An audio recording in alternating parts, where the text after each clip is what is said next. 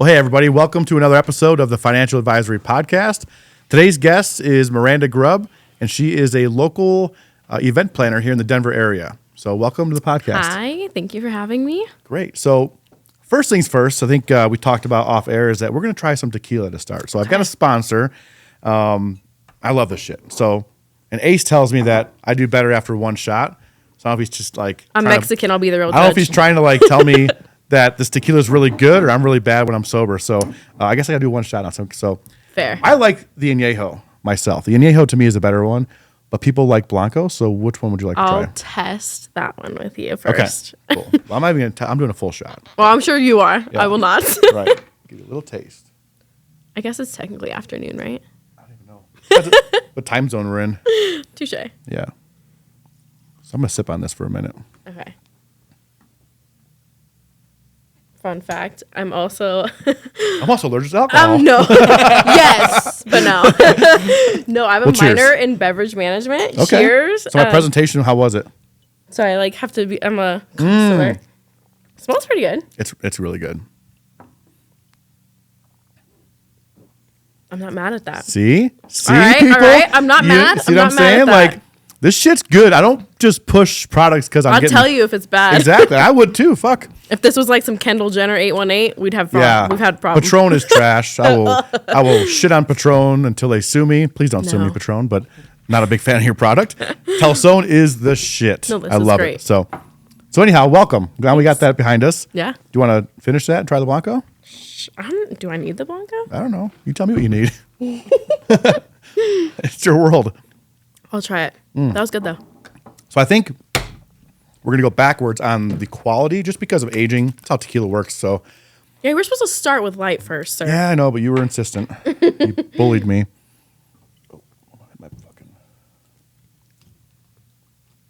Just sip that. Okay. Oh my God. So if anybody knows, people who don't know tequila, most rookies, so to speak, say, oh, you got to do the clear stuff, and the clear is better, clear is better. Not with tequila. Tequila, it is, the dark shit's the good shit. So if it looks like apple juice, it should taste good. That's still good. It's just not as smooth as the Añejo. Not a fan. Yeah, I saw your face there. Yeah. I don't have a poker face. Downfall right Love there. it. Let's get into what you do as your day job currently. So right now you're an event planner here in Denver. Yeah. For someone like me who, when I go to an event, it's like I just plan. I bought tickets to a concert. I bought tickets to a ball game. Like that's my event. Mm-hmm. So what kind of event? Someone like me doesn't know what that really does. Tell me like I'm 5 years old. What does an event planner do? So I plan all types of events, anything from weddings, baby showers, brand launches, motorsports festivals. I've done fashion shows, nonprofit galas, literally anything you can think of. Really? Yes. Well, you say anything I can think of. Those aren't things I would think of. Like touche. Like Okay. I'm not, Okay. Yeah. Like my baby shower I had, I think my wife and I did that like on our own, my wedding I planned by myself. I guess I'm an event planner. Am I an event planner? I think I'm an event planner. Are you? Here's what I'll tell you. Pump the brakes. I'll be walk you through my wedding and tell me how I did. How you would have done. When did you get married? What year? 2015. Okay, you're old. Okay. Yeah. Damn. That's the tequila talking, people. God damn. That's just who I am. All right, so it's been a bit. Hang on. So I don't look that old. No, you don't. That's good. See, all right, No, cool. I'll take that as a backhanded compliment. I like it. I'm good with those too. So 2015, actually Pearl Harbor Day, December 2014, I decide that, hey, you know what? I'm going to hijack my fiance, who isn't even my fiance yet. Oh? I'm going to hijack her, take her to Vegas, propose to her, get married the same weekend. Brave. I'm also, I knew it was going to be a yes. But I'm also going to invite 7 couple friends of mine. Okay. So I had 7 friends of mine plus their significant other, and tell them all what's going on. Here's the dates. Here's the hotel. Be there. Be square. Fucking, you're on your own, but get there, right? And everyone said, all right, cool, we're cool. And this is before I had any money. So like I think I flew, I don't want to say Spirit Airlines because I don't think I did that. I think I've still never flown Spirit Airlines. Okay.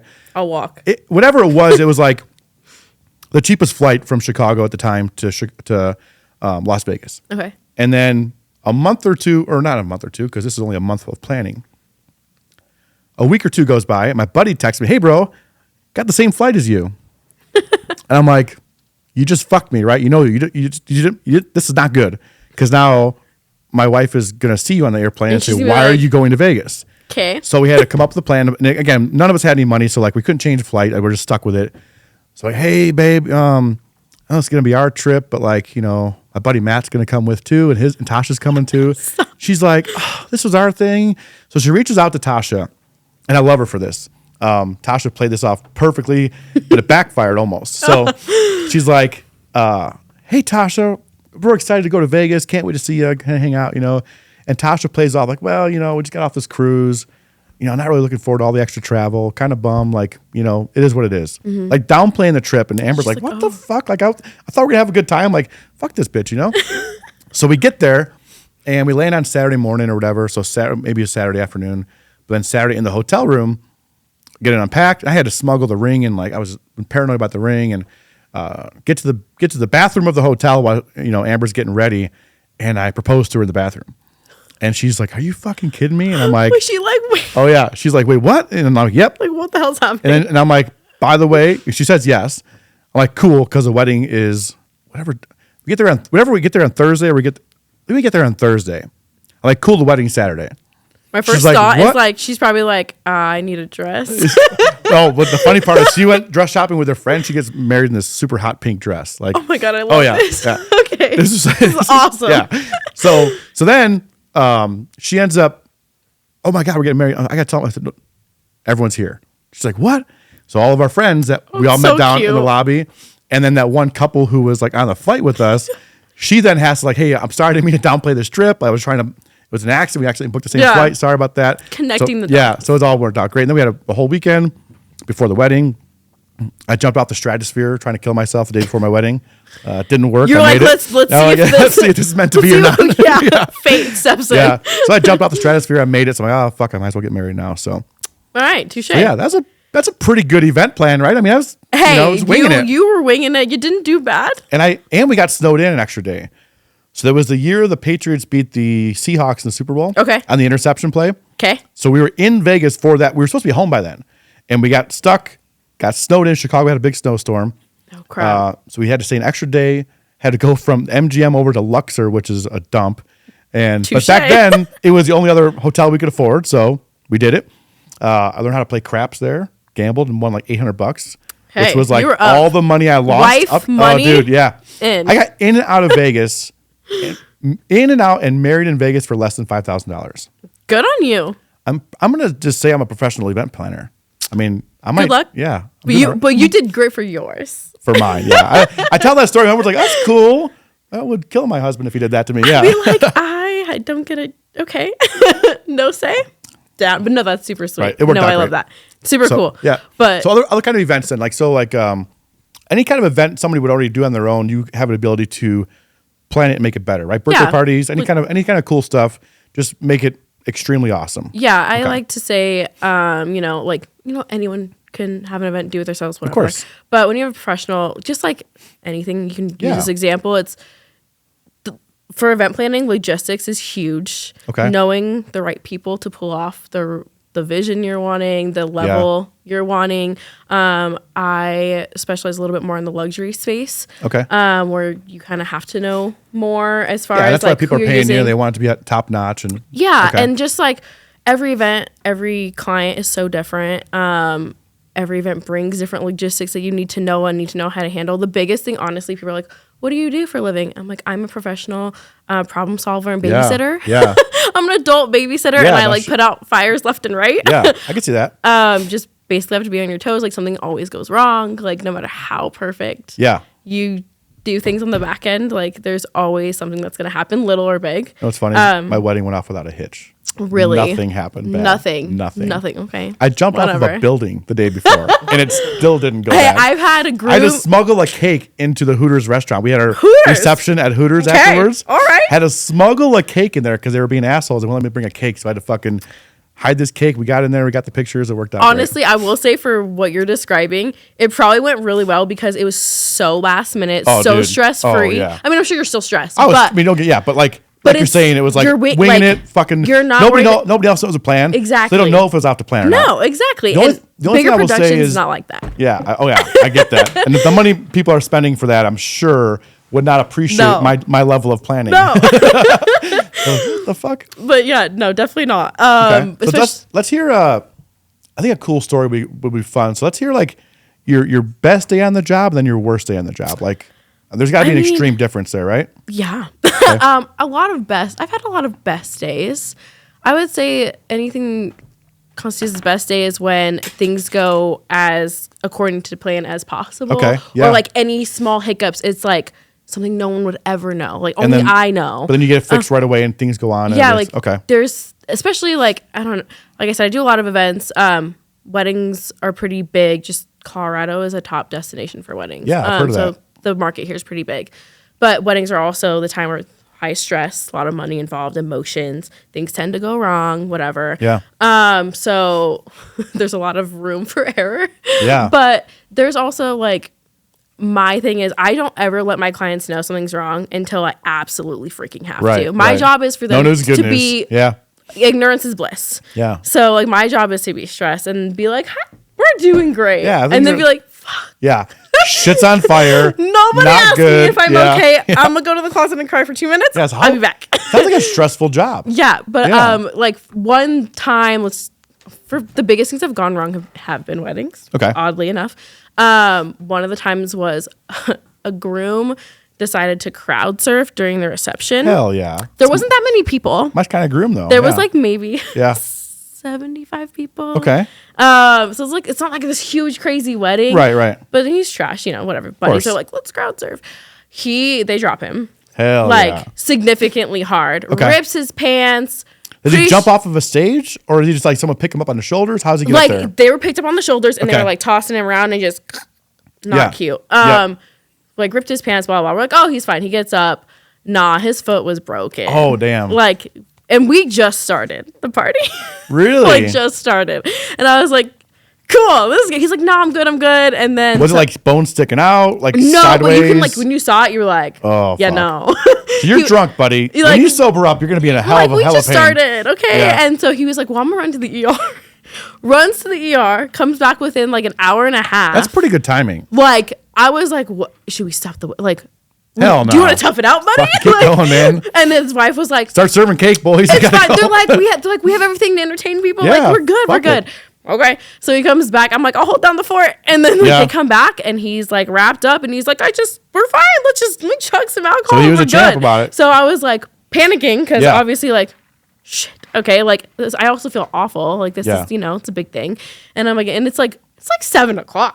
This goes to like midnight. Right. This is a long. I'm like, oh, okay. And the wife was like freaking out. And I just had to like calm her down and be like, you know what? I got it here. Yeah. Like I'm gonna hold it down. You married him, lady. Like you should know this is coming. You had a feeling. You had to know. This should not. If it's a surprise to you now, like maybe you go I'm get like, the annulment. We got food, we got booze, we got music. Like we're good. I got this. Go. And then they came back, and they were like, you know what?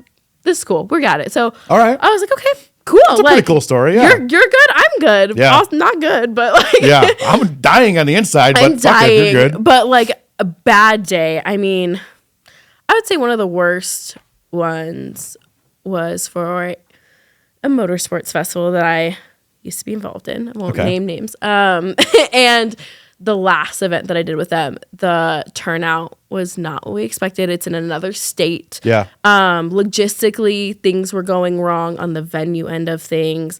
Communication. Like outside your control or what? Yeah, like again, there's only so much I control, but I'm a control freak, hence why I'm a planner. Yeah. So I try to control as much as I possibly can. But communication wise, like people coming in too early, people coming in without getting tickets checked, like credentials not being looked at, people just coming in for free because staff on the venue end isn't doing things properly. They came in late. I'm like, where are you kind of guys? watching this all unravel. You're like, dude, what the fuck? Yeah, right? And I'm like, fire here, fire here. I'm like, okay, priorities. Which one's worse? Yeah. Like, how big is this fire? Let's put this one out first. Exactly. Okay. And so that's happening. People like attendees start rolling in. it's not the numbers we're used to. And then Okay. I'm like, okay. Well, is anybody getting mad at that, or is it like people looking at you sideways, or what's The owner, what's that? You the like host and the host/owner of the company that was putting it on was Yeah. like not excited, which felt understood, but like, is that something that you A, have control over, and B, should be blamed for? You want my opinion? Your opinion, yeah, of course. No, absolutely not. Okay. My But in their eyes, are they blaming you? that case, yeah. You felt that. Okay, got it. Yeah. Got it. I can see why this is going. That's what I'm trying to understand. No, yeah. Yeah. Yeah, no, that case, yes. So to break it down a little bit, as an event planner, I'm in charge of logistics, Yep. planning, okay, time, place, people, how are we doing things, blah, blah. When it's events that are public events, Yeah. I'm not a marketing person. Right. I'm not head of a marketing department. I'm not in charge of sales. You're logistics. I'm logistics. Yeah, very I'm simple. aesthetics and logistics. Yeah, that's easy. Yeah. For this particular situation, it was a marketing issue. And at this point in time, Did they come to you like giving you the what the fuck and saying, why don't you market this better, or you just felt it? kinda, that was kind of and we kind of had a feeling it might not be the best leading Okay. up. Yeah. And mind you, at the time, the team is the owner and I. So I ended up taking on jobs. The owner of the motorsports or the owner of your motorsports company? event. Okay, gotcha. And I am like, yo, I'm an event planner.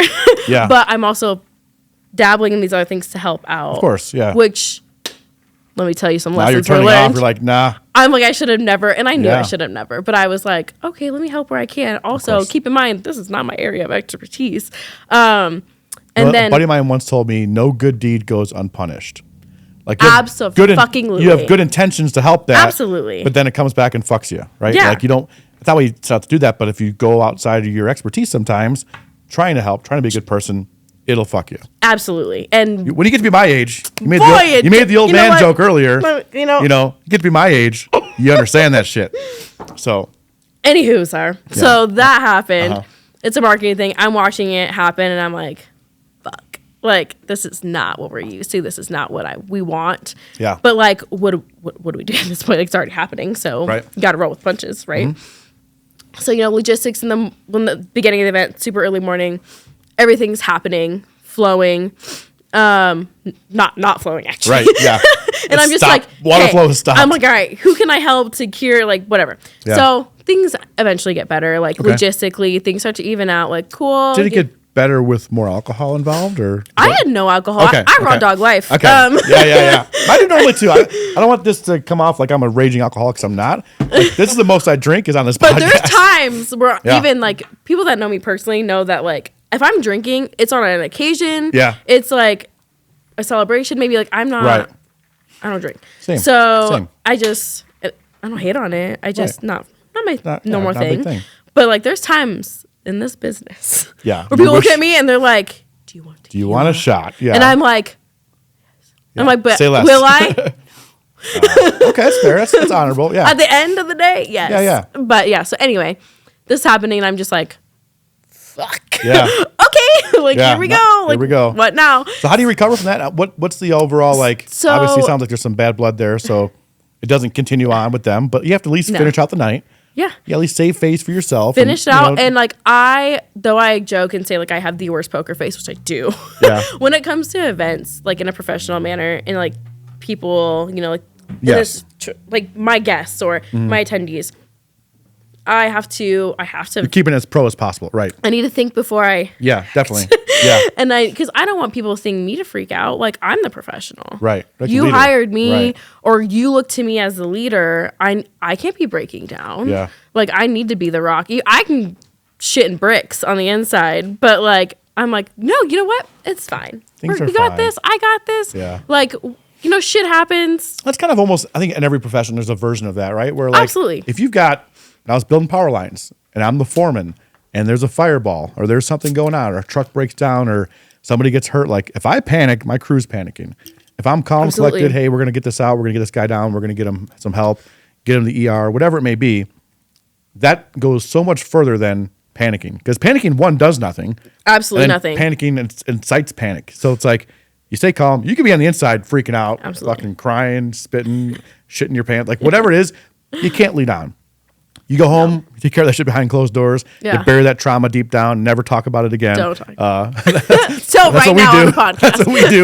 But yeah, and then heat of the moment, you can't. And it's like every profession, right? If you're a nurse and some dude comes in with a spurting artery, like, yeah, this dude's probably going to die, but you can't lead on like that. You got to do your best and keep calm and keep everyone around you calm, right? So like, I can respect that and I can understand how you take that home with you sometimes, probably, don't you? I take it to the car, to the parking lot.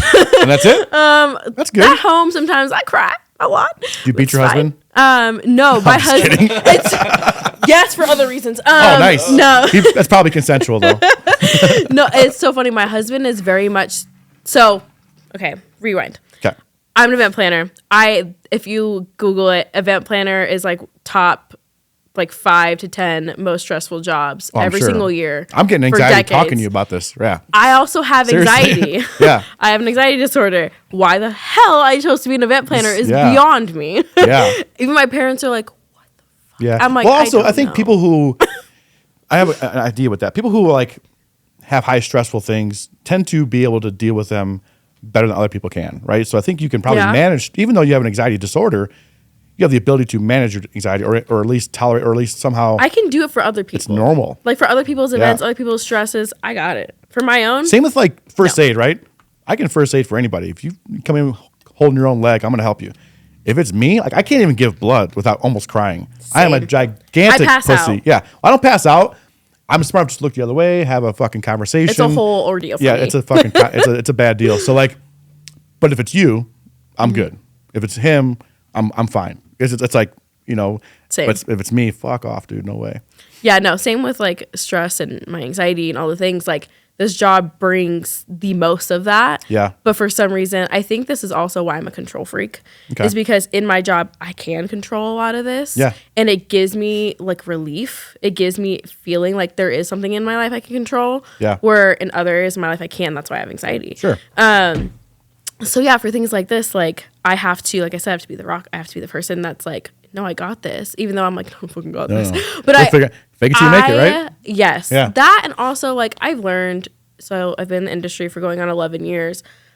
I've learned like everything is figure outable. Oh yeah. Everything. Yeah. Like it may not be the solution you want. So I get that a lot. Even like that might be attributed to some of my success because everybody will come to me with a problem.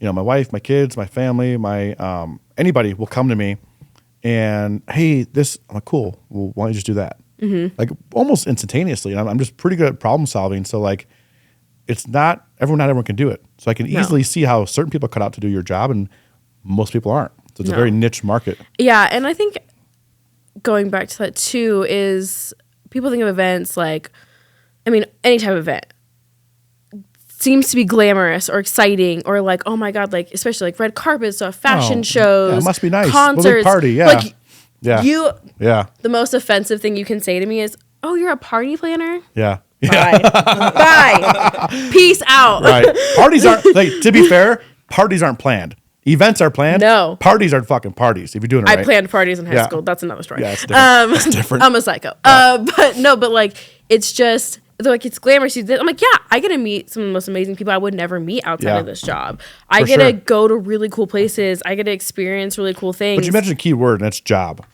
It's still a fucking job. I don't care. It's still a fucking job. Everyone's like, oh, I also hate this saying, do what you love, you'll never work. Bitch, I work harder than like. I love my job too. And I work. But do I work my ass off? I was here until 9:30, 10 o'clock last night. Yeah. I love my job.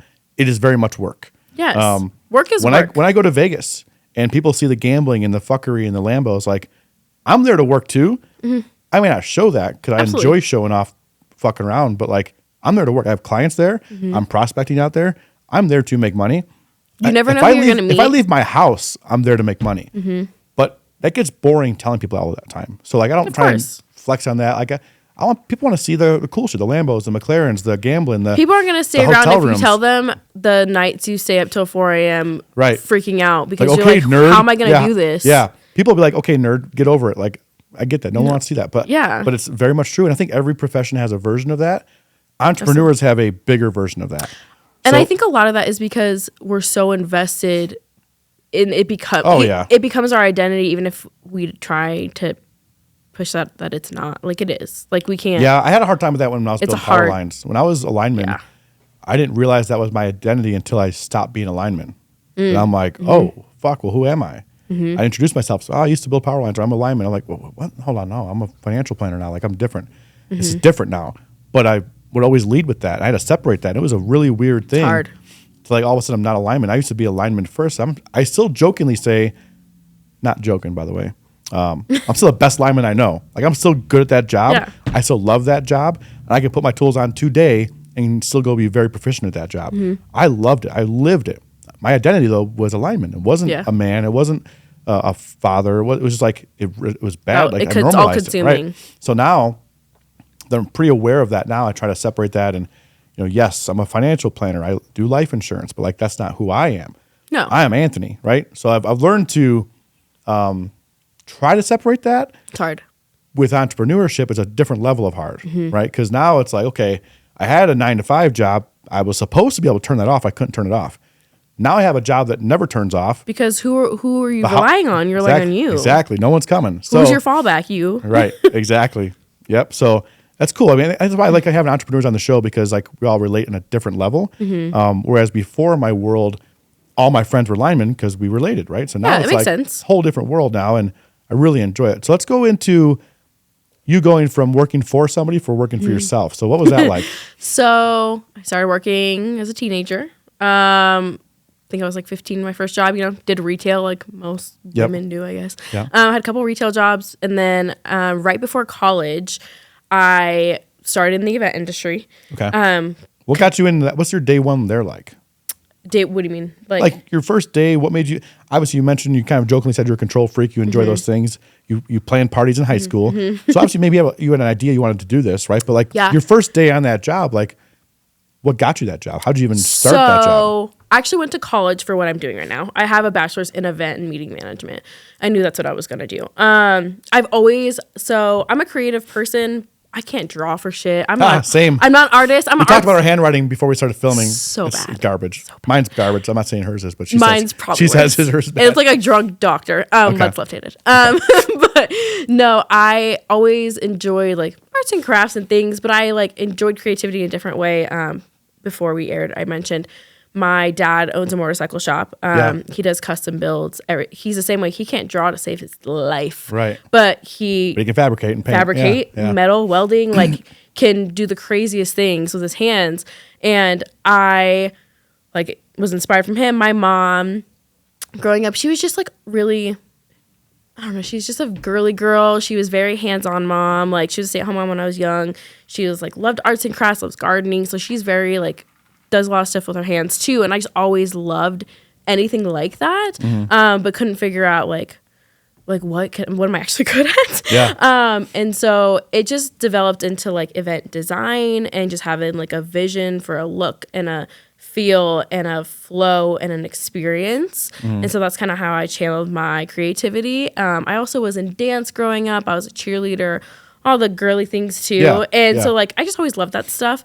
Like I said, I knew in high school, I was like, I want to be an event planner. Like I'm Mexican and Native American. We have a big family. Yeah. And so there's always something happening, always events. So you're kind of always having events and parties just growing up with family shit, right? Yeah, and always hands-on. Were you always like trying to move in and like help plan shit? Like always. Yeah? Well, forced, but yes. Okay, all right. My parents own their own business. They used to have huge customer appreciation parties. Like, hey, Miranda, we're doing this. Like, you're up. Yeah. How it was? Or like, hey, we're cooking. Like, get on this. Or hey, someone's coming. Like, make sure they get here. Like, do you know where to put that? Like, grab this. And I'm like 8 years old. You're just like, yeah, okay. And I'm like, okay. Like, and that's just like normal for us. And I loved it. It was fun. Yeah. And so the fun appealed to me. And I was like, well, and I can like, be creative, blah, blah, blah.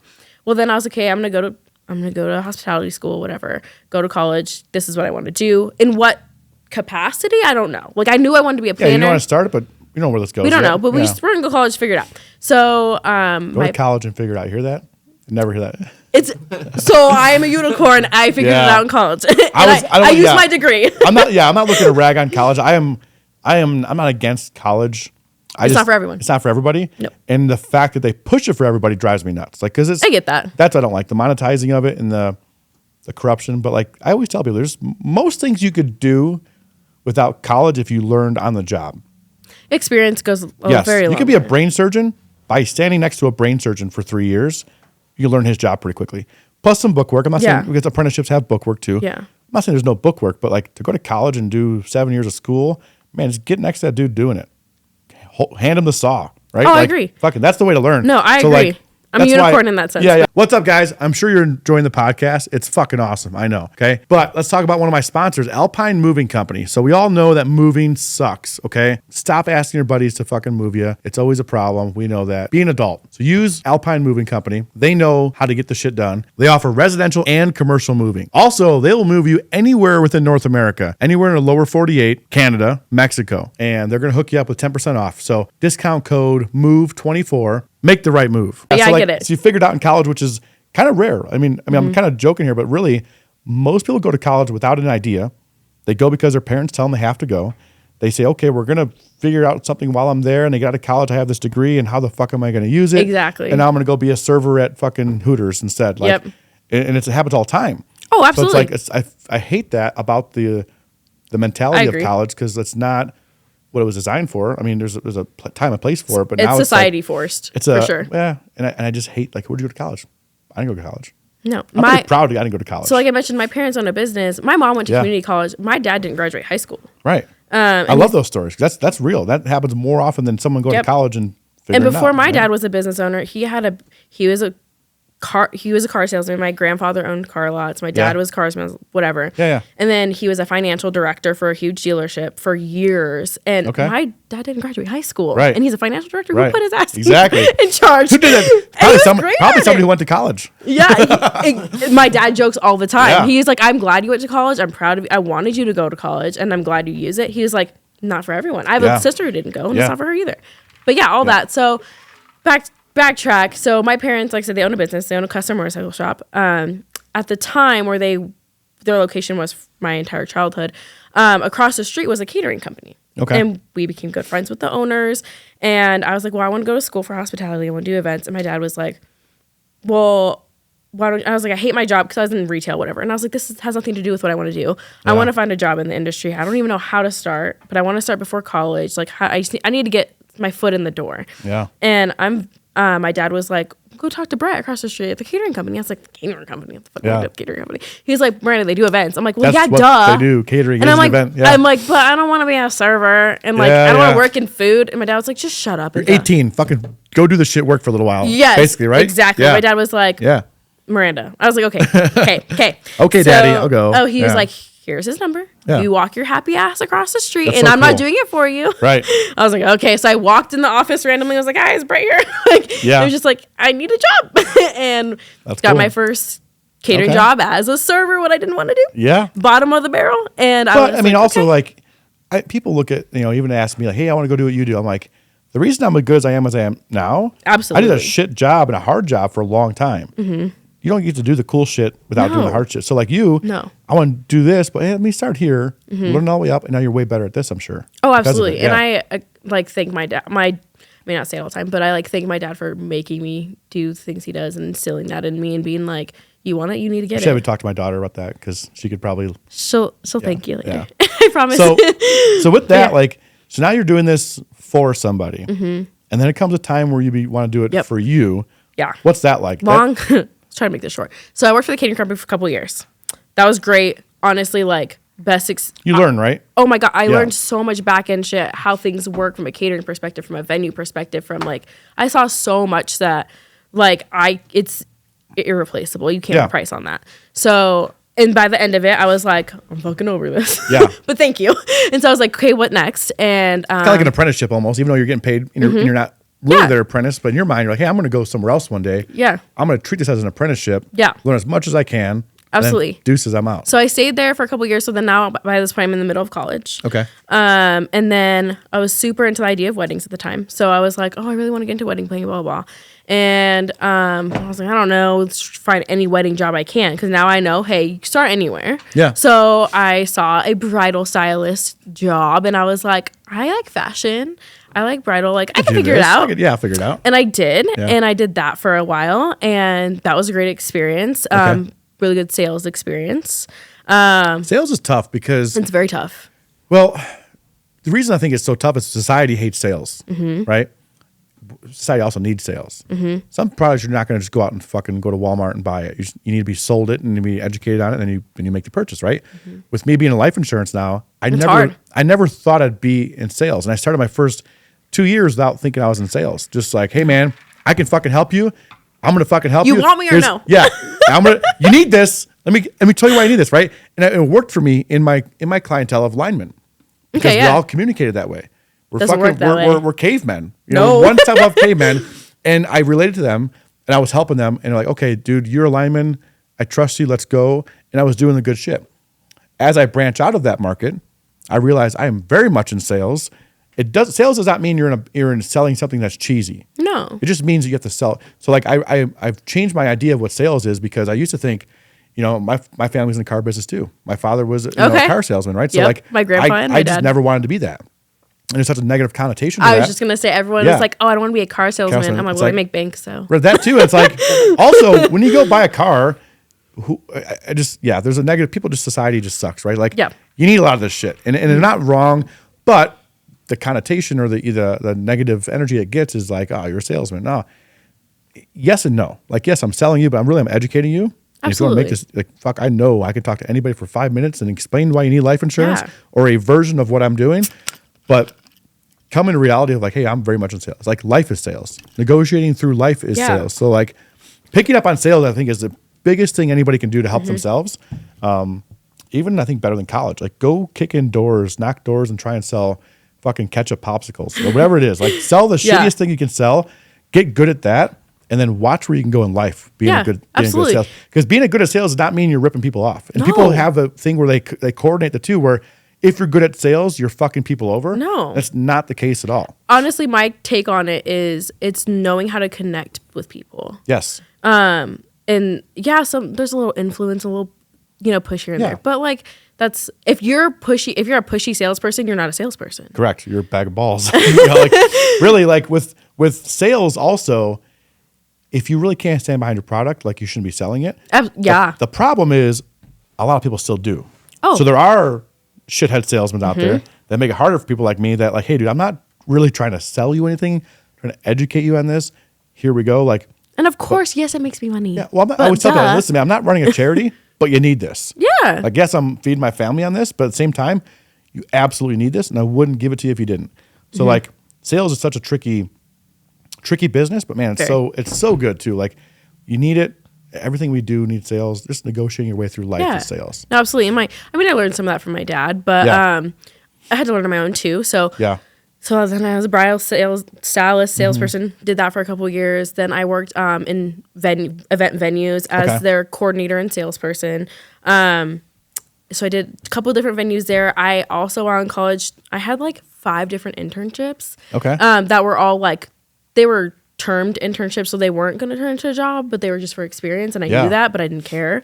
And I learned in college that like this is the time to fuck up, to experience things, to like, is this what I want to do? I'm going to know that by working in the industry. You might fucking hate it, right? Yeah, and I'm like, and then now's the time to change. Yeah, you might have this whole like princess vision of what this is. And we all do. And you get there and it's like, this is dungeons. This is fucking terrible. And partially true. Yeah. But then I was still like, no, I love it. I like the darkness. I'm down. And Thrive in the darkness. I was like, all right. So I took every internship I could get. I was an intern for like a big event expo thing.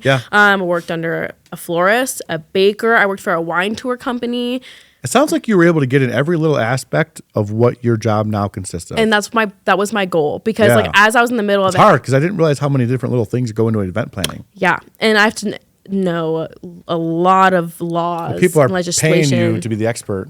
Absolutely. And they don't understand that the expertise is not one field of expertise. No. It's a lot of shit. And, Jesus. Yeah, and in college, like, there's classes. People are like, oh, event planning, like, how many what courses does that even mean? I had to learn a lot of law, like local legislation, like liquor laws.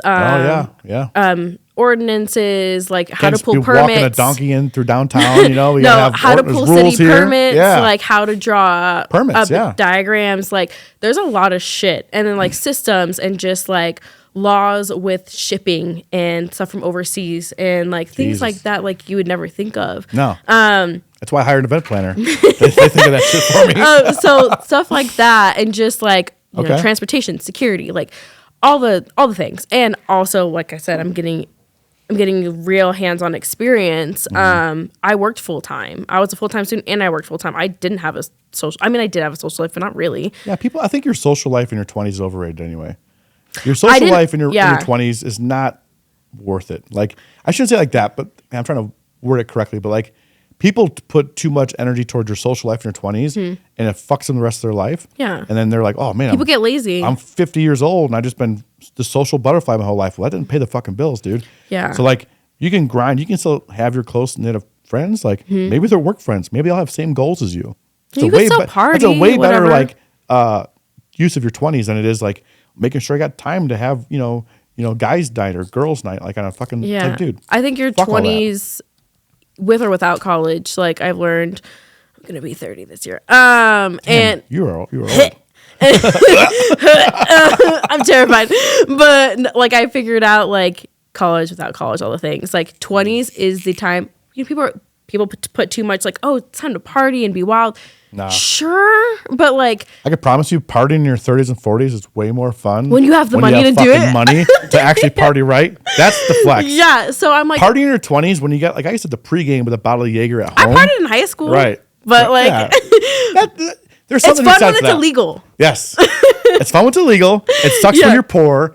Wait till you're rich, then go fucking No, party. take your 20s. Yeah. Grind. To Yeah.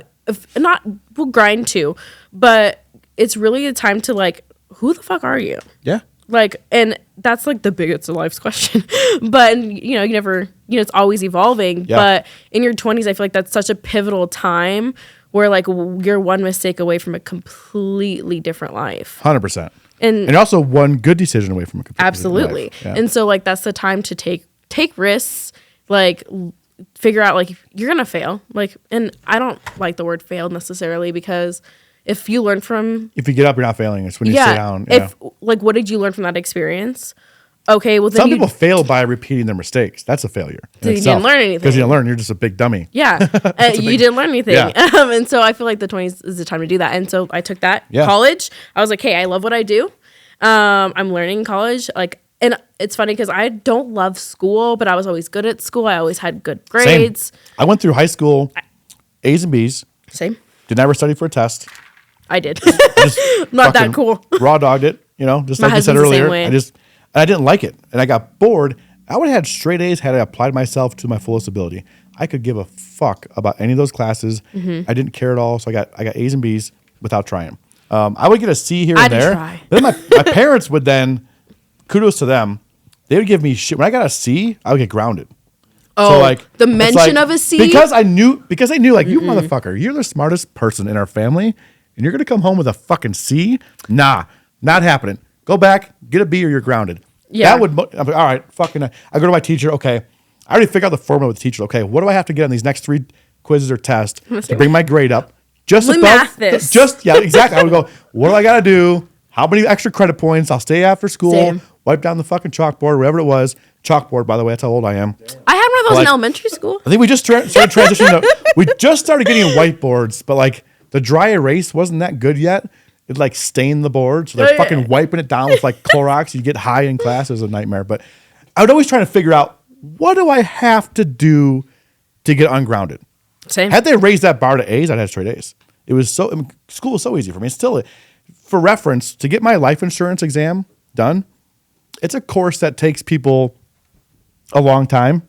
I'm looking over at my assistant. She's like, thank you. She's working on it. Most people take at least a month to do it. And a month is like, hey, you're cruising. I'm like, damn, that's fast. Right. No? I did it in 3 days. Okay. Okay. I have a funny story about it. So I was going through the 3 process days. You didn't sleep. I slept. Or you did. You're No. just good. Okay, whatever. I slept. I think I did about 10 hours per day. My eyes got like, Okay, that's pretty good. my then. eyes got like blurry. Like they started like watering. I was staring at this fucking screen. I allegedly, I'm not going to confirm or deny this, but took some Adderall for the first time. May or may not have dabbled. And like I just jammed through it. The reasoning I did that, I was quitting my job to do this career. I had to go through a full background check, a full dig into my shit, and I never shared this story publicly, so this will be funny. But they're going through my background, and little things would pop up. And I was a dickhead when I was a kid. So when I was 20 years old, I got a fake ID charge. I was 20 years old getting a beer at Buffalo Wild Wings. It was the night Rich Franklin fought Anderson Silva the first time. Oh, okay. Got his ass kicked, right? So that was a great fight. And it's important to the story because I've been using this fake ID for almost a year at the point. The dude looked nothing like me. He's my buddy Mike. And looked nothing like me, but I looked a little older. So now I look young for my age. When I was younger, I looked old for my age. Okay. Yeah. And I was with older people too. So I just like, here's my ID. They're like, whatever, dickhead, here you go. Like, and I also had money, so I was the one paying the tab. So like it just worked out, right? Yeah. Well, this one bitch I shouldn't say it like that. This one lady at Buffalo Wild Wings decides she wants to be a hard ass. She's like, nah.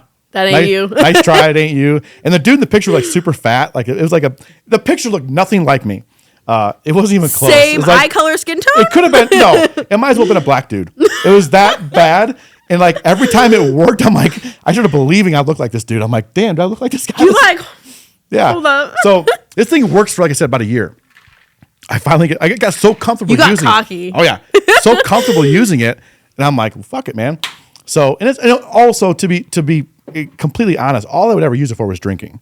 It was always for a beer at a place. What else would you use it for? Well, I'll get to that. Okay. Well, I'll get to that. So when I go through this background check, I get, and also the case got dismissed, which is whole other funny story. So I'll actually might as well dive into this. How much time we got? How are we doing? Because this is good. We got all day. I know. Is he holding up? Are we there? Yeah. Oh, perfect timing. Yeah. We have our like primitive 45-minute sign we hold up. He's like, you're running late. Shelby's going to grab the big hook we got to get me out of here. So back to this. So I'm going through the background check. They come across this fake ID charge, and it gets dismissed. So I'm never actually convicted of this fake ID charge, but the background check for insurance license is pretty steep.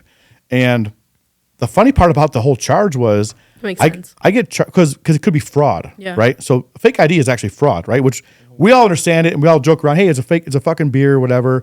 And most humans understand that, and they're cool with it, right? How cool everyone was 20 years old one time, and everybody uses fake ID, generally speaking. Not a huge fucking deal. But hey, listen, prove that it was that. So I had to go back to Illinois, where I'm from, dig up some fucking court records. It's a hassle, right?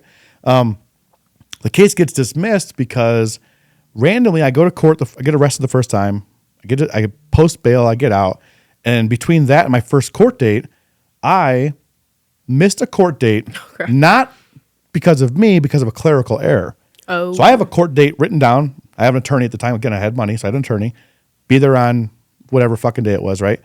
I go to get, this fucking story goes deep. It's so funny. It's a winter day. I'm out dicking around doing donuts in the parking lot. Okay? I leave the donuts in the parking lot, go get my Subway sandwich, go to Subway, go get gas. I'm getting gas. Cop pulls up behind me. Oh. And I'm like, fuck, he saw me doing donuts, right? So I'm a little like, I'm guilty, right? I always had the guilty conscience because I was always doing silly shit back then. So I'm thinking it's just because doing donuts in the parking lot. Well, he ran my plate, saw a warrant out for my arrest for missing a court date that I didn't ever fucking miss. So he pulls me over at the gas pump, says, hey, bro, and this is Christmas Eve, by the way. Okay, this is the part of the story gets really fucking funny. So it's Christmas Eve. You're making this up. I'm waking up late. No, it's wild, dude. So my whole life's wild. But so I get arrested. He's like, hey, I know why you didn't leave the gas pump. You knew you had a warrant. I'm like, motherfucker, I didn't have a warrant. I said, I thought you pulled me over for the fucking donuts I pulled over in Subway parking lot. And then he's like, well, now that you say that. He goes, I didn't even see those. I'm like, fuck. So he runs my plate while I'm getting gas, basically, right? So he receives my plate, and I'm getting fucking arrested for missing a court date, which I didn't miss. Now I'm pissed. My Subway never gets eaten. Never got my Subway say. So it wasn't good anyway. So this is Christmas Eve. I'm on my way to go Christmas shopping. So this is my whole day to go Christmas shopping. Walmart's open until 6 p.m. I get arrested at like 4 p.m. So I'm fucking on my way to go there. I get bailed out. I jam into Walmart. It's like 5:30. I get as many Christmas presents as I can. Go to my parents' house. And I shit you not, I open up a present from my mother. It's a T-shirt, and it says, it's funny until the cops get called. And I'm like, don't tell a soul. I'm fresh out of jail. I smell like jail still. And I'm holding up this T-shirt, getting a picture saying, it's all fun and games till the cops show up. And I'm like, holy shit. And you're like, how ironic. So I didn't tell anybody that story until it was like years later I told that story. But, so you knew it was safe. But that's my part of the reason why it took me 3 days to study or only did 3 days to study for my test, because all these little things kept popping up. It was like, provide this document. And finally I get the clear to close, essentially, in real estate. The clear to close, hey, you're good. We're going to accept your position. Just get licensed by Friday, or get licensed by whatever the day it was. You have 24. My test I already pre-scheduled for this Friday, but it took I thought it was going to be a month-long process. I had a month to study. Finally, I'm like, I'm not going to fucking do these book work if I'm not even going to get the job. Like, I already had a job. I didn't need this. I didn't give a fuck. So it's like, hey, dude, you're cool. This is when you were... I was still a lineman. Okay. So I'm going to work every day still, and they're like, hey, dude, you're cool. You're going to get the job. Just get licensed by the time you start. It was like the next week. We had to schedule your test. It was like one of those proctored tests. So I already pre-scheduled it for the Friday before. So I crack open the book on Monday, or it was Tuesday. And you're like... Tuesday morning, I'm like, cool. I get the email. Hey, I'm good to go. As I open up it was like, not a book. I'm not that old, but like, it was like a... You said not a book. They was still exist. I know. It's on the computer screen. It's like, congratulations. I swipe my credit card. I didn't swipe it again. Jesus Christ. I type my credit card info. I get the course. Congratulations. You're enrolled, whatever. This will take you 50 hours to complete. And you're like, okay. I'm like, fuck, 50 hours. Like, that's a lot of book. Like, it's a lot of material. So I'm like, all right, cool. Well, took my Adderall allegedly. And then I crammed for 3 days straight, Tuesday, Wednesday, Thursday. Took my test on Friday and passed first time. Good on you. I was like, holy shit, here we go. Now I'm in, let's go. So I always tell people, like, hey, man, well, so it took me 3 days. And then guys would come back to me, hey, motherfucker, I'm like, I'm month 2. I'm having a hard time. Like, people learn differently. Yeah. But then, that was I'm not sure where that story even started, but like, that was my jumping into this thing with 2 feet. Like, hey. Yeah. And I waited because of these things kept popping up, but yeah, it was essentially it's still pretty fast though. So it was 3 days. It was pretty fun. Yeah, I went through college and worked in 3 years, 3 days, same. I was in college for 4.5 years because I worked full time. So wait a minute, it took you 4.5 years to do 4-year degree? Because that's the opposite of what I did. Yeah, yeah, I know. I'm just kidding. No, because I worked full time and. Okay. I was still a full-time student, but I took there was 1 or 2 semesters I took one less class or whatever the fuck it came out to be. Because I'm working 40 hours, 40 hours. I'm also going to school in person. Yeah. And it was a lot. And I'm also I'm fucking 18 trying to do all this. Whatever. So like I said, got as much experience as I could in the industry, jobs, internships, whatever the hell I could do. And then I get out of college. First job out of college. Where the fuck did I work? Let's go back. Hang on. Yeah. I get off the rails too, but I want to get us back on track. When you made the jump from working for them for yourself, what was that like? Well, I'm getting there. Oh, all right. We saw this. I'm still not. I'm still working for someone. All right. It took me longer than you. Okay. I had to go through college and work for people. Sorry, I thought it was a 3-day story, not a 3-year story. Not a 5-year story. It's fine.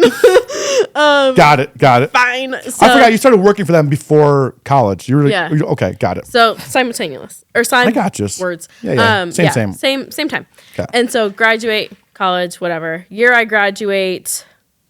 I worked for a design and production company, a really big event design and production company that had crazy high-end clients, crazy budgets, LA level shit. And there was a dream company I always wanted to work for. And mind you, at this time, I just got out of college. My mindset was I'm going to work for someone. I never wanted to own my own business. Okay. My parents were entrepreneurs. My grandparents on both sides. It goes deep. So you saw the negative side of that, we were saying, right? Hated it. Yeah, okay. And I respected the hell out of my family that did it. But I was you saw it never turn off and it's a 24/7 gig. Absolutely. Yeah, and I saw my parents go through so much shit that they probably don't even know that I saw.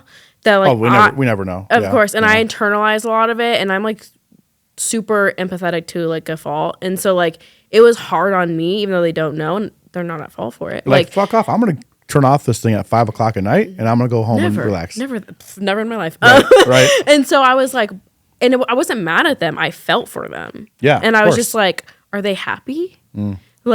Is it worth it? Before my dad had his business, he was a financial director at a big car dealership for years. He made stupid money. Yeah. And stupid money. My mom was able to stay home and work part-time with a family business, other family business, and be at home with her kids. And I was this is it was great. But my dad worked a lot. So he felt bad that he was missing out on my life. And my little sister was just born, and he was like, I can't keep doing this. And he was like, I love the money. I'm good at what I do, but like, I don't love what I do. Right. And so that my dad was like, fuck this. I'm going to do what I want. And props to him. So he did. I watched it and I was like, our life changed a lot in many different aspects. And I was like, this is so hard on my parents. Like, I'm worried about their happiness. So you never had the goal of working for yourself. No. You're like, hey, I'm going to work for this cool company. I'm like, guaranteed money. Yeah. I'm safe. I have benefits. I don't got to work. I can shut it off. Yeah. I want that. Yeah. So that's my mindset getting out of college. So I'm working for this big company that I've idolized for years. And I was like, oh my God, I have my in. So then I come on as like a junior event designer and I'm just learning the ropes, blah, blah, blah. I'm getting paid pretty good money. And they're not giving me anything to do. And I'm like, I'm bored. I'm way more talented than this. Yeah. And then I would like. So you're saying good money. Is it money that you expected, or is it more than you expected? Or was it like, hey, I'm cool with this? Or was it like. At the time, as a fresh out of college, I was like, oh, it's a little more than I expected. Like, I'm okay with it. Like, this is comfortable for me for now. Like, I'm down. And it's for a company I want to work for. Like, hell yeah. Okay. So I'm excited. I'm super. So that wears off with boredom, is what you're saying. Yeah, because so there's all these event designers, which they're the ones that are in charge of. So hold on, here comes our rent reducer. That's awesome. Hold on, let's wait for this fucker to pass. You're good. This fucking keeps our rent cheap at least. Lets me sleep good at night. I have one of those by me too. Yeah. You could always just say we're in New York. In New York, fuck off. Are there trains in New York? They know me better than that. If someone's in New York, he's getting robbed. I fucking hate New York. On the record, I hate New York. I have a love-hate for New York. But anyway, so yeah, I'm excited about this, opportunity. It's what I want to do. I'm like, cool, this is looking good, as most things do in the beginning. And I'm excited. And my job at this point is there's like main event designers, which we get a client. The clients come in usually with their event planner, and they're like, hey, this is what we need to pull off, like decor wise, or like rentals and like production and fabrications and flowers and lighting and AV, all this stuff. And this company does it all.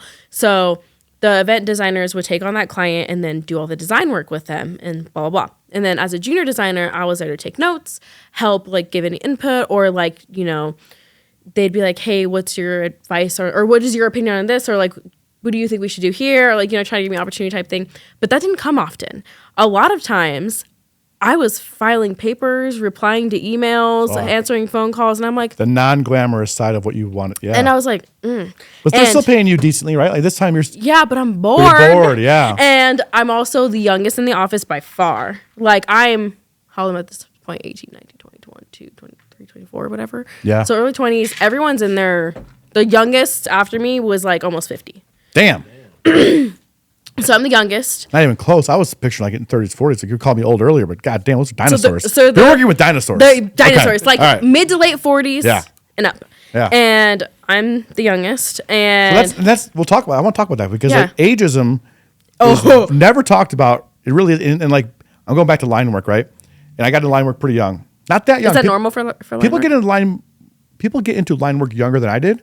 Okay. But I still got in pretty young. I was 20. I turned 22 2 months after I went through climbing school. So I was 21 when I first started.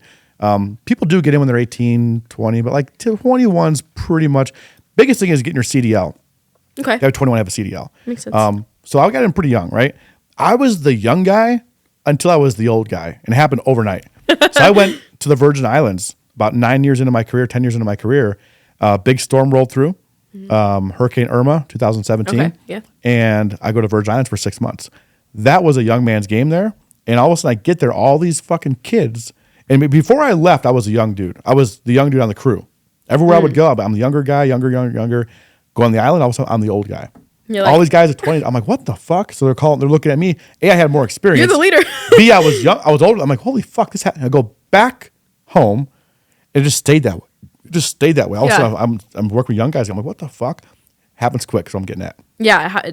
But when you're treated, I guess what I'm also getting at is, when I was 27, 28, and I was a journeyman with several years of experience, I was still looked at differently because I was in my 20s versus some old guy who I was parallel with in experience in the trade with, but I'm looked at as different because I'm younger. Yeah. So it's the same thing. Yeah. Like, I mean, the event industry has a lot of has a pretty big age range. Okay. But for the company I was Was it working hard for, because you were young? Like to give you shit for yeah. it? Oh, absolutely. Like to your face or just like underlining shit? Like have you ever seen the movie The Devil Wears Prada?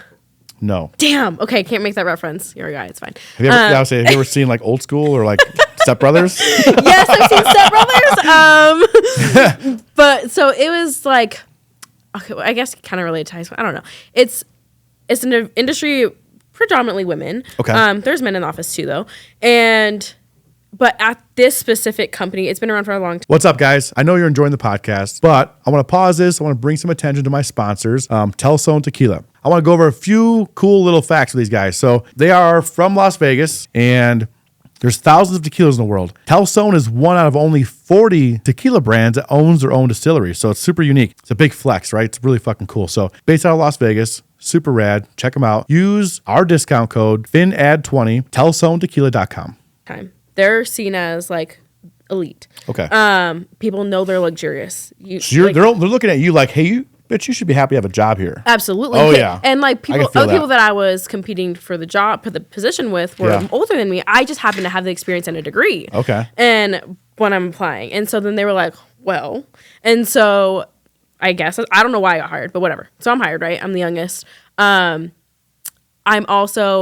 going to preface this by saying I absolutely fucking hate when people play the race card, but I've never felt it till this point. Like Okay. I've never felt racism until this. Really? And it was, at first I was like, Hey, we're in Colorado, people. There's a lot of Mexicans here, so that's probably why she never felt it, right? That's what we're getting at. Okay. and so like, But if you go to, I'm joking, but if you went to an area where there were very few Mexicans, maybe you would have felt this in a different spot, right? But we're in Colorado. There's Mexicans here, so like it's very common to not feel that. But now you go in a position where I'm the youngest. you're the youngest. I'm brown. Yep. And now they're gonna be like, hey, gotta give her the job. There's right? like 13 people in the front office. Yeah. I'm the only young brown person. Ah. And then everyone else that works for the company that is another ethnicity works in production. Okay. They work in the back. They're never seen. They're the laborers. So what was the racism you felt? There was like little snide comments. Okay. Like people are like, not people. There's one lady in particular. She was Fucking Karen. I'm gonna call her Karen. I feel like that should have been her fucking name and it would have worked. But she Karen or was Susan, older. Like yeah. she would make comments. Even like the ageism thing came out from her. I want to say I don't want to cut you off, but I think this is Go a ahead. good part. I think it probably had less to do with racism and more to do with you're a young pretty girl. That too. Young pretty girl. I appreciate I'm gonna that. take I don't know if it was that, but I'm gonna take the jabs that I can. I'll take the low Yeah. hanging fruit. It probably didn't have to do might be in Mexican. It's like, hey, this is a young pretty girl who has a threat to my job. So I'm like any joke I can or any comment I can to hurt her. Right. And in the beginning for sure. But then there was definitely comments that she didn't know I heard. And we're an open air Okay. desk. There's Okay. no Yeah. and she wouldn't like think she's quiet. And I'm like, She'd be over there I can hear farting you. in her desk thinking no one can hear it. Like, bitch, I can hear you farting and Yes. talking shit on me. yeah. Yeah. And so she said something like, she probably doesn't understand because of her culture. Oh, fuck. And I was like, Damn. This culture beats pinatas I'm on like, birthdays. I would come over there and beat you like I'm a like, pinata. I'm from Colorado. But okay. My parents were born here. Right. Like, Fuck, dude. That's fine. So how do you react to that? So at that time, I didn't. Oh. Because I'm like, I can't, Yeah. tussle feathers. I can't fall in the stereotype of being an angry Mexican, right? And I don't want to There's- be like, and I'm like, who they're gonna look at me like, she did. People aren't gonna believe Dude, me. my son gets that. My son's half Mexican. Okay. And he gets the jokes at school. And it's mostly jokes. I can take a joke. I don't But give you a shit. feel for it with like, hey man, some of these kids really mean it. Or Yeah. some people really mean it. And people in like you're dealing with, they fucking meant it, right? It's terrible. Yeah. And so like, it's just like little things. Like I don't mind jokes, like whatever. Yeah. But like when it's stuff like that where it's clearly like, no, you're just being a Yeah, bitch, you're being a and you bitch, didn't yeah. know what else to pull from. So That's, okay. that's kind of what I'm going to. Maybe it wasn't racism. It was more like, what can I say Maybe, to hurt her? yeah, Because yeah. I'm just dumb. Yeah. You know? I don't And know. just ignorant. And I'm just Yeah. like, okay. Yeah. Or like they would do things where like, oh, someone's on the phone, but they're speaking Spanish. Like, you want to handle it? Ooh. And I'm funny. But do you speak Spanish? I don't. You're a Mexican? I'm a coconut. I give my son crap. I'm a what they call an no sabo kid. So like I understand a lot of it. Yeah. I can speak some. I read it really well. Yeah. Whatever. I I give my son crap too. I'm like, dude, you're Mexican. I know Let's my go. culture. Yeah. But I also didn't learn. Well, yeah, it's I learned not in around school. you. Right. And my mom speaks it funny thing, she's not Mexican. My mom speaks it. My dad's Mexican. He doesn't speak it. Well, wait a minute. Yeah. Say that again. Yeah. Hold on. My mom is Native American Okay. and Spanish. Okay. The Spanish. Well, it's Spanish. That makes sense then. But it's like way back in the Okay. line. My dad is Spanish and Mexican. Okay. Much closer to the Gotcha. root. The But root. to the root. That's probably worse than anything I've said so far. Like, My that sounds way worse my than any joke I've grandmother, ever made. my dad's mom is Mexican, like Okay. from Mexico, whatever. Yeah. My mom's parents not. So they not teach you that on purpose, or just got So my mom would teach me growing up, Okay. but my mom's not Mexican. Right. She's Native American. She's from New Mexico, where there is a lot of Mexicans, and so naturally people just learned Spanish growing up, but she's Sure. not Mexican. So I learned from her and my grandma. Again, grandma's not Mexican, but my dad, who looks very Spanish. He has light eyes. Okay. He has my hair color, but very light skin. Sure. Like he's very like your skin tone, and Whoa, wait a the light. minute. You're Oh, white. I am attacked. You're white. My skin Or tone. mixed, whatever, but you look white. I am white. You look white. My dad also looks white with dark hair. Okay. And he has very much of the strong Spanish genes. And my grandfather looked white. My grandma looked Mexican. I have a very funny Spanish-y story. Don't let me forget that, Ace. I want to interrupt her, but don't let me forget. But growing up, my grandfather, Mm-hmm. he's the one who owned car lots. So he had money. They lived in nice areas, but they were the only family that wasn't white. Okay. But my grandfather looked it, and most of the kids looked it. Mm. And so my grandpa told my grandma, like, you only speak Spanish at home. Like, don't speak it when you go Okay. out. Okay. We don't want people to see you differently and treat you poorly Sure. because of that. You just lay low, basically. I gotcha. And this was back, my dad's in his early 60s. Yeah. So, I can growing say up. when they come to this country, they want to kind of adapt and want to be. And I get how they can feel that way, but man, like what a disservice to not pass on bilingualism. And it's like hard. that's one thing I have is one of the regrets I have is not being bilingual. I think it's such a disservice, like in any industry. And it's hard to learn as an adult. Dude, for safety. Wait, hang on, hold on. You say it's hard to learn as a girl? I said as an adult. Okay, I thought you said it's hard to learn as a girl. I'm like, what kind of shit are we talking No! about? That's way As worse an than what adult, I've said. it's harder to learn as It an is. adult. No, absolutely. But like, if you're gonna go to a foreign country, it could be a safety factor. They Absolutely. or if you want to go and just enjoy the culture, like not speaking a second language, it's detrimental. So like, America does it wrong. I know they Yeah. should definitely learn. But yeah, so my parents, and it's funny because my grandfather that was preaching this is from America. Sure. His parents. And I guess good intentions, right? But like, had Yeah. they known what they were doing, Yeah, I mean, back they then probably they're would just redo trying it. to Yeah, protect of course. themselves. And so Just they different education. Like, So- hey, we should actually pass this on. This Yeah. would be beneficial to our. No. So my dad to this day knows like maybe 3 words. Well, luckily he doesn't look Mexican. He looks Spanish. Because if you look Mexican and don't speak Spanish, it's like, oh. So people all the time Yeah. are like, Yeah. they speak Spanish to me. And then You're like, hey- I reply in English because I know what they're saying. And then they're like, Yeah. and I'm like, yeah, I know what you said, but I can't say I that. speak bad English. So there's Or- that. yeah. So then, so in the office funny. space, they're like, oh, Miranda, they're speaking Spanish. You handle it. I'm Oh, like, my- funny. Not going Yeah. to be a help to you. I took RŌze Event for dirty English. I'm That's like, all I took got. 6 years of Spanish between like high school and college. Actually, no, I took Italian in college. So that's a whole different story. Right. But so I'm like, Yeah. I can listen and be like, so no, yes, See you would fly. need this. See fly. So Yeah. like, yeah, so just like little comments like that, and like, and you go, maybe she was racist, maybe she wasn't, whatever. Yeah, yeah. So just She's those being a things. bitch. Overall, she's being a bitch. Yeah. And so I'm, like I said, I'm stuck in this position where I'm not getting any work that I thought I would be getting. So I'm sitting behind a computer most of the day doing nothing, and I'm like begging people for work. Yeah. Because I hate I'm just like intuitively just like a go-getter, and I hate being complacent. Do you have ADHD too then? I'm pretty sure I do. I'm pretty sure I do. Yeah. Self-diagnosed. yeah. But so I'm like, I Allegedly. feel fucking useless. Right. And I'm like, and in my head, I'm like, I should be happy. I don't have to do anything, and I'm getting Fuck paid. all, I'm getting paid. I work for this company. Yeah. But then, Which is a statement, right? You're saying this company's so good, you had a goal of working for this you're like, company. oh, you work for. Oh, Yeah. it's like a cool thing. But I'm like, who am I to be You're like, fuck this company. I felt like- these guys are nerds. yeah, but then Yeah. and then in my head, I'm like, oh, I'm being ungrateful. And That's tough. Yeah. yeah, so then I'm like, well, what do I do with this situation?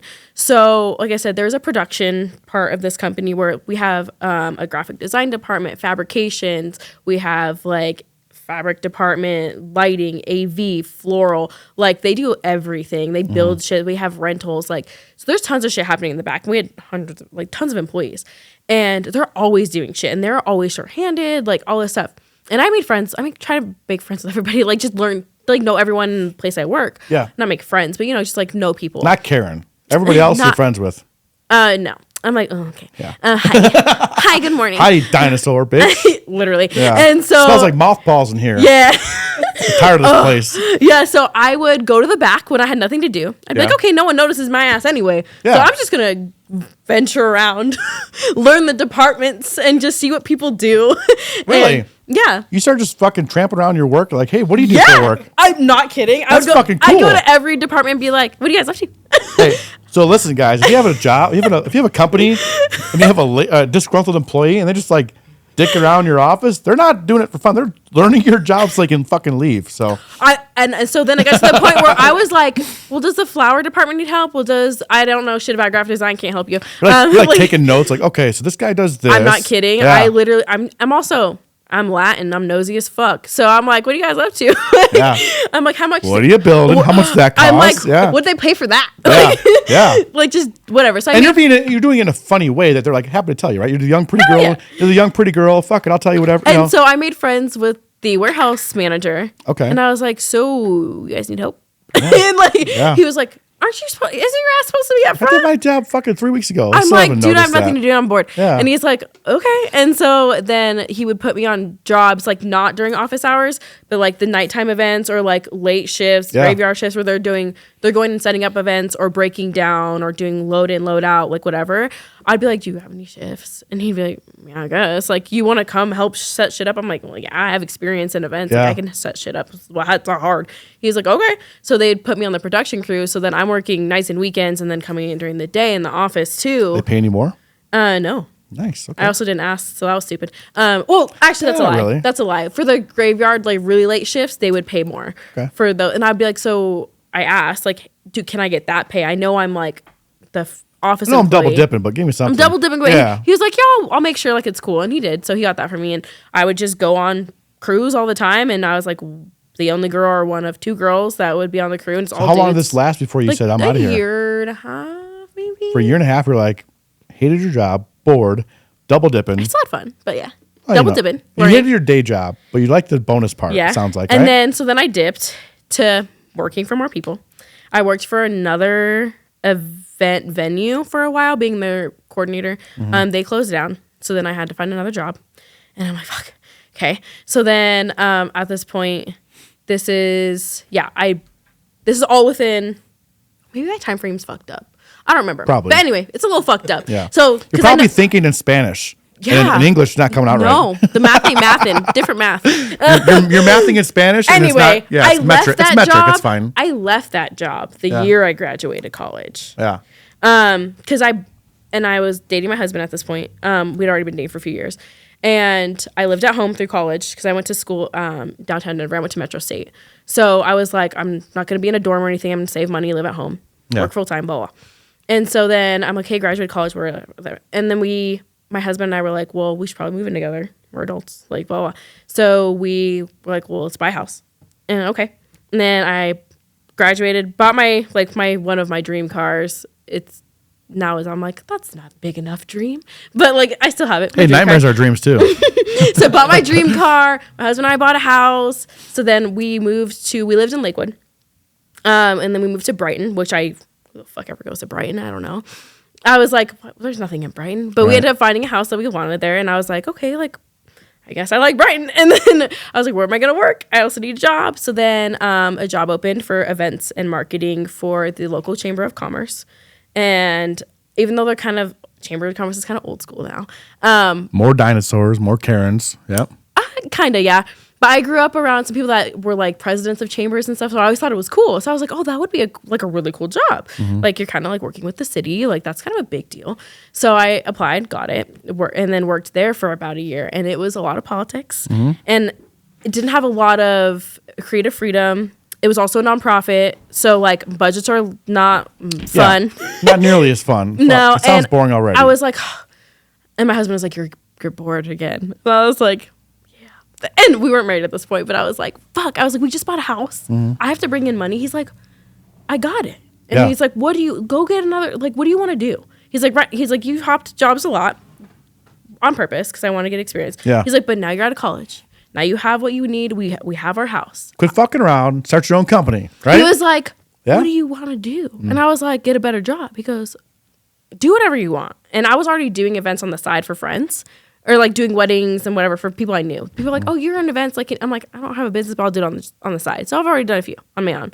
And I'm like, I don't know. Mind you, this is at this point, 2019, end of 2019. And I'm like, I don't know. And so I talked to my parents, and like my parents and I are very close. Also, they're entrepreneurs. So I'm like kind of dicking around with the idea. And I'm like, who am I kidding? I don't fucking know business. Right. Like, why did I let my boyfriend put that in my head, right? And I'm like, Dad, like, what should I do? And he's like, you want to hear what I'm going to tell you? And I'm like, yeah, for real. My dad's very upfront with me. Does not sugarcoat shit. Right. He's like, what the fuck are you wasting your time for? Yeah. I was like, what do you mean? He's like, I why would've are told you, you like, working for yeah. people? He was like, you're my kid, right? He was like, we don't do well for other people. And I was like, what? But like, what am I going to do? Start a business? Like, what fucking experience do I have owning a business? I was like, I don't want that. So much work. And I start ranting and spiraling like, this is so much. Coming up with excuses is what you were doing. Yes. Yeah. And my that's what you're dad doing. looked at me and It's like, knock it off. Do it. Another thing that I still don't think he understands that I remember, and like it's made a big impact on me. He looked me in the eye and was like, listen right the fuck now. I was like, okay. He was like, what's the worst that can happen? It doesn't work and you get a job. Yeah. And I was like, you're at 0 and you come back to 0. Who gives a fuck? He goes, the worst that can happen is it doesn't work and you have to go get a job. Okay, you were going to get a job anyway. Yeah. He goes, so I was like, damn, okay. Yeah. Bars. Leave me alone. I'm building this fucking motorcycle. I'm like, all right, that was a bar, Dad. All right, cool. I was like, and my mom, I looked at my mom, I was like, Mom, you are a business owner now too with that. Like you've been doing, like, she's all, don't fucking do it. she goes, don't listen to Dad. She was like, I know how you are as a person. Don't fucking do it. And I was like, she was like, I'm going with Dad on this one. Peace. She was like, if that's what you want, but like, and so I was like, okay. And so I quit my job and it was my birthday. My birthday's in November, so the end of the year. And I was like, as a birthday present to myself, I'm going to figure the fuck out. Yeah. And my husband was like, this is November before COVID too. Hell yeah. November before COVID. Okay. Speaking of raw dogging it. God damn. I That's launched rough. my business January 17th of 2020. Yeah. And Just as the fucking shit's hitting Europe. literally. And so like on my birthday, I was like, all right, I'm going to quit my job. Quit my job. And I was like, how do I fucking start a business? And then like, I'm like, obviously it's a different space than what my parents know. So I use I learned, like I said, I learned from every experience. So when I worked for the chamber, I met a lot of people through the city and people that worked for the Small Business Development Center and all of that. And so I was like, oh, well, I can go to the Small Business like Development Center and they'll teach me. Like, and they do. Hell no. They do, no one teach you anything. They did. Oh, they did? Okay. For free. They had like free, like hands-on shit. So I was like, well, I figured they were like, no, dude, you started a company. You're supposed to know it all. No, that's where they start. They're like, I would have told you. They're like, where do they? Well, they have advisors that do this for free. And so I was like, and I only knew this because of my job that I had. So I was like, okay. So I was like, well, where do I start? I was like, well, I'll go to the Small Business Center. And for my birthday present, I made myself go down there and they were like, all right, what do you want to do? They're like, all right, let's write up a business plan together. Let's do a roadmap. So for people who are listening and they don't know that, so you can go to what? Every Chamber of Commerce has this ability? Or so what's this it is look like? through the state. How would you access that? The SBDC, the Small Business Development Center, they have 2 locations, I believe, still. One is in a community college that's in Broomfield. Okay. That's where I went. And you can just go type it in online, and it shows like all the resources, and you make an appointment. What would I Google? If I'm in Colorado, or if I'm anywhere, where would I Google? Colorado SBDC. SBDC, Small Business Development Center. So Illinois would have one, California would have one, I'm not totally Texas sure. would They have one. probably do. Okay. I know a couple other states do. Okay. I know for sure Colorado does. So they would then say, hey, come up with an appointment, come on down to our center, we'll help you. Ground zero. One-on-one. Okay. Yep. Cool. And he was like, the guy that was my like advisor, he was like, all right, let's start ground zero. And so we started with like, what do you want to do? Like, what services do you want to include? What's your mission statement? Who do you want to service? And we had like 4 sessions. Yeah. All free. And they were all a couple hours. And that's cool. I never knew that it existed. Yeah. So it took and my mom knew about it too because she went to college, and she was like, "Oh yeah, is that still there?" I was like, "Yeah." So I went. That's where I started. And I was like, "Okay, I guess this is where we go." Yeah. And then I luckily was already working in the field that I wanted to be in, so I had tons of connections over the years. So I just reached out to my peers and was like, "Hey, like, how'd you start? Like, what?" I paid people for their time. Like, I asked people, like, "Hey, can I pay you to, like, pick your brain?" Like, and they're like, "No, we'll do it for, like, what?" Or some people are like, "Yeah, sure." And some people are like, "No, let me help you, whatever."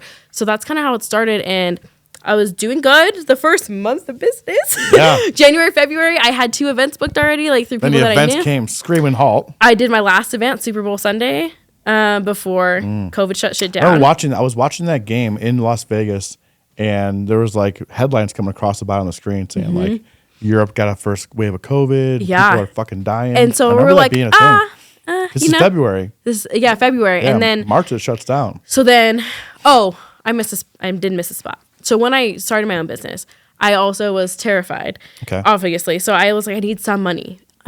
Again, my boyfriend was like, I was like, no, I don't want to be a burden. I like to have my own money. I don't want to ask permission for things. So I did get a part-time job. I forgot about this, as a bridal stylist again, because I was like, I can do that in my fucking sleep. Okay. So I did that on the side while I started my business. That only lasted a few months because COVID happened, shut us down. And then when we opened back up, it was slow. There was other issues. Again, I have issues working for people. Yeah. And so I was like, okay. Welcome to the club. Get that out of here. So I quit that. And then I was like, in the midst of COVID, and I was like, fuck. And then everyone was doing the unemployment thing, and I was like, no, I'm not. I did unemployment. There's people that need it more than I do, like blah, blah, blah. And then it started getting bad, and everyone was like, fuck it, take the unemployment. Like, just do it. Like, what other time in your life are you going to be able to just like take government money? I'm like, fuck it. Okay, fine. Yeah. So I took my unemployment money, and I saved all of it. Bet I'm black in Las Vegas. And put it in my business. I put it in my business account. That's not as fun. No. Good Yeah, for it you. is. And so I put it in my business account, and then... She's been going ever since. Here we are. After Vegas. After COVID. After COVID. And I to now, it's been an upward trend the whole time, or what? Yeah. I mean, like, obviously COVID was rough. Okay. So the first year in business is gonna be rough for everybody. But Yeah. But if you can make it through COVID year as your first year in business, you should be able to fucking and honestly fall asleep and make it now. Some people will be like, why would she say that? But I'm so thankful for COVID happening my first year. Yeah. It toughens you up. Yeah. If it had happened in my peak or a few years in, I don't know I would have made Right. it. Because you've been so used to everything. You would have bought all the cool shit because you've been accustomed to that lifestyle. You'd have been maxed Too out on your reliant. credit cards, right? You would have been, fuck, now I would need this money. I don't have it. Instead, it happens when you're just figuring out anyway and you're expected a loss. You're like, fuck it.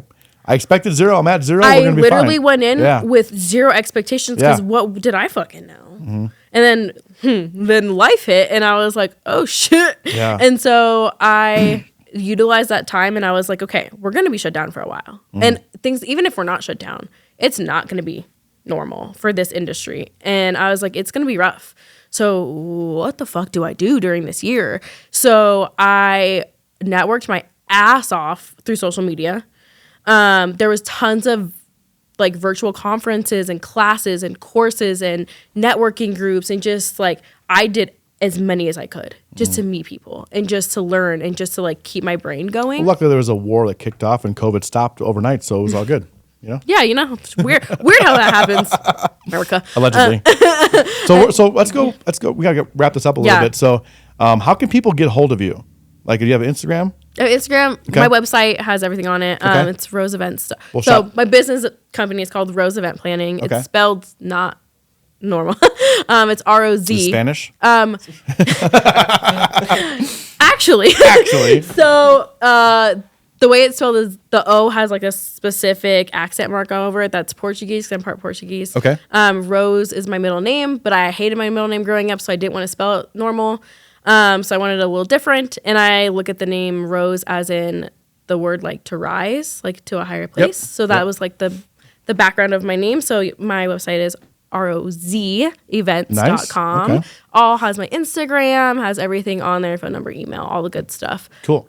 Make sure to plug all that stuff. What about financial stuff you're doing now with money you're making? Are you spending every dollar you make? Are you saving? As an entrepreneur, there's no retirement built in. So what are you doing?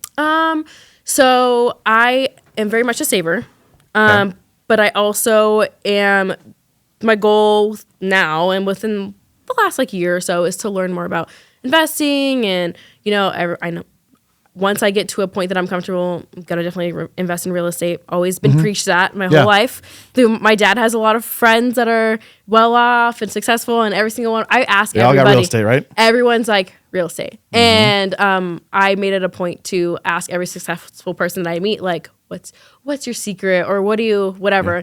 And I've always also been told, like, the most successful people, like money wise, have multiple streams of income. Definitely that too. And I was like, well, how am I going to create that? So I've been digging into, like, where can I pool? What am I doing? What am I offering? So that's a big focus for me this year, is to figure out my different streams of income. Well, when you're ready for that, that's what I do. So I can help with that. Like, as far Love as, it. I use life insurance as a tool to get into real estate. Whereas most financial advisors would say, hey, put your money in the stock market, this and that. I'm not going to rag on that, but at the same time, like, It's a different beast. my philosophy Try. is life insurance builds equity, buys houses, builds equity, you buy businesses. That's the kind of the order of operations, right? So different philosophy than most financial advisors, but very proven, very worked for me, right? that. So, like, but biggest thing is real estate. Yeah, I'm super like, open-minded when it but comes to that if stuff. you just don't know how to get into it, it's like, okay, well, that's a hurdle all in itself. But then having life insurance is a way to A, protect your family, and B, have this ball of equity growing to then buy real estate. It's like, that kind of checks a lot of Everyone's like, boxes. where are you putting? Where are you investing? And they're like, so I'm like, well, stock market's terrifying. I've also, like, tried a little bit. Let's talk about the stock market. What else happens to the stock market? It gets manipulated. That's right? true. For better or worse, whether it's manipulated by an event, whether it's manipulated by Politics, by planes flying weather. into buildings, right? By whatever the fuck it is, it can get manipulated. And it could be downright actual manipulation or like secondhand manipulation, right? Yeah. Doesn't In happen. real estate, you're not growing more land, so. Well, with real estate, markets do fluctuate, Yeah. but real estate markets are not manipulated. And life insurance isn't either. Yeah. So to me, it's like, I'm not a really big fan of the government. Same. Okay? So I'm Native gonna- American, so I'm if gonna- that gives want you any insight, Want some blankets? that doesn't. Just kidding. We don't Edit that part out. keep it in. But She said it. Keep in. But So no, point is, like, I get it. I'm going to invest in things that are less likely to fuck me, right? Yeah. So I'm not going to be in the stock market. I'm going to be in life insurance and real estate. yeah, and so until I can get to that point, I've always, like I said, I save my money, We whatever. can start right now. I that also, easy. yeah, we'll talk about that. Super easy. And I also am. So Also, you're not getting any younger. We talked about that. You're crying about can age we 30. not You're remind me about well, that? life insurance is tied to your age and your health. So the sooner we start, the better it is. For right now, my investments. For right now, at this very moment, my investments include my classic cars, and let's I talk buy about and that. sell. What do you I buy got? and sell classic cars. I drag race since I was 10 years old. I'm very into the car industry. I'm not going to buy a car you drag race, though. No, that's a different car. Oh, okay, okay. No, but classic cars hold their value Of course. extremely well. So you flipping them, buy and sell, buy and hold? Both. What do you do? Okay. My dad and my husband and I do it all together. They do a lot of it. I'm involved. And when they're like, hey, how much money you got? You want in? I'm like, fuck, what are we buying? Yeah. Let me see. Let me go with you. Let me see if I agree with this. Yeah. So my dad was like, I wish I would have gotten to real estate when I had more money. And he was like, he was like, I don't have as much now, but I'm gonna do what I can. And so he does it in cars. There you go. And so we do that as well. And it's fun. It's a hobby. It's a side gig, side hustle. But No, allegedly, too. I've never seen a tax form with a car. Allegedly. what do you mean? I don't know if we'll go that deep on this podcast, but like when you sell a house, there's tax forms. You make profit, there's taxes. You sell an asset, there's taxes. Oh, okay. Yeah. When you flip cars, I've never seen a tax form. Just saying. Don't expose anything, saying. okay? Allegedly. Tell the government. We got to wrap this up. Yes. This is great. Thanks for coming on. Thank you. The circumstances of you coming on the show were, different, right? They were different. We had a co-host at one point and reached out to you. You said yes because he was here. He ends up bailing. And you got stuck with me like shit. And you still made the trip, so I appreciate you.